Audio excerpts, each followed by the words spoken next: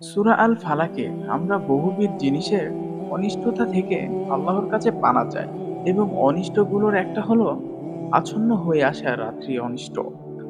ومن شر غاسق إذا وقب।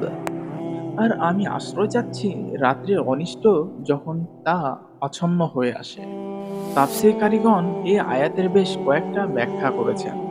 এমনকি রাত থেকে পানাহ চাওয়ার কোনো সঙ্গত কারণ নেই যদিও, তথাপি এখানে আচ্ছন্ন হয়ে আসা রাত্রের অনিষ্ট বলতে তারা যে কয়েকটা বিষয় সামনে এনেছে তা হলো রাত্রে ক্ষতিকর প্রাণী এবং পোকামাকড়ের বিচরণ বেড়ে যায় বলে এখানে সেসব থেকে পানা চাওয়া হয়েছে।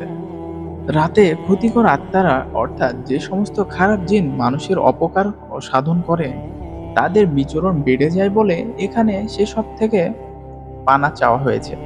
এছাড়া যে সকল মানুষের মনে খারাপ অভিসন্ধি কাজ করে, যারা খুব অপরাধপ্রবণ, খুন খারাপি, ডাকাতি, রাহাজানির সাথে জড়িত, তারাও তাদের জন্য উপযুক্ত সময় হিসেবে রাতকে বেছে নেয় বলে এখানে রাতের সেই সমস্ত খারাপি থেকে পানা চাওয়া হয়েছে।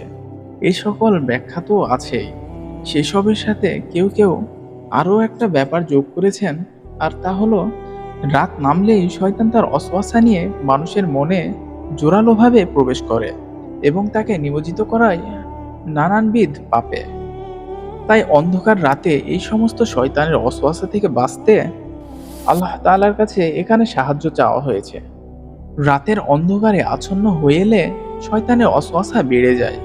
চিন্তা করে দেখুন তো, উত্তর আধুনিককালে আমাদের হাতে থাকা স্মার্টফোনগুলো শয়তানের সে অসওয়াসার কাজে মেঘ না চাইতে জল হিসেবে আবির্ভূত হয়েছিল কিনা। আজকালকার দিনে পর্নোগ্রাফিতে অশ্লীল জিনিসে যারা জড়িত আছে তাদের এই সকল কাজের পেছনে সবচেয়ে বড় ভূমিকা রাখে হাতে থাকা স্মার্টফোনটি। রাতে সাধারণত মানুষের তেমন কাজ থাকে না, কিন্তু যুগ এত বদলেছে যে কাজ না থাকাটাই এখন যেন সবচেয়ে বড় কাজ। গভীর রাত পর্যন্ত স্মার্টফোনে চোখ ডুবিয়ে রাখা, মাইলের পর মাইল সোশ্যাল মিডিয়ার স্ক্রলিং, নানান ভিডিও দেখা, গেম খেলা ইত্যাদি করতে যেন আমাদের কোনো ক্লান্তিই নেই। শয়তান তাকে বেহুদা কাজে সময় ব্যয় করতে সারাক্ষণ যেন ফুসলায়।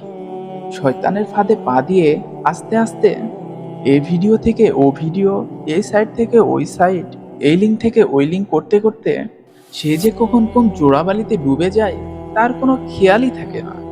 সে একটা মজা পেয়ে যায় এবং বুঝতে পারে এই সকল কাজে ব্যয় করার জন্য রাতটাই উপযুক্ত সময়।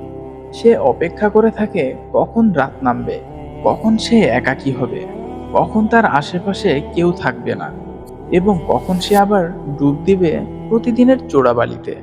শয়তান তাকে এমনভাবে শৃঙ্খল বন্দি করে রাখে যে এই শৃঙ্খল ভাঙার ব্যাপারে তার ভিতরে কোনো তাড়নাই কাজ করে না।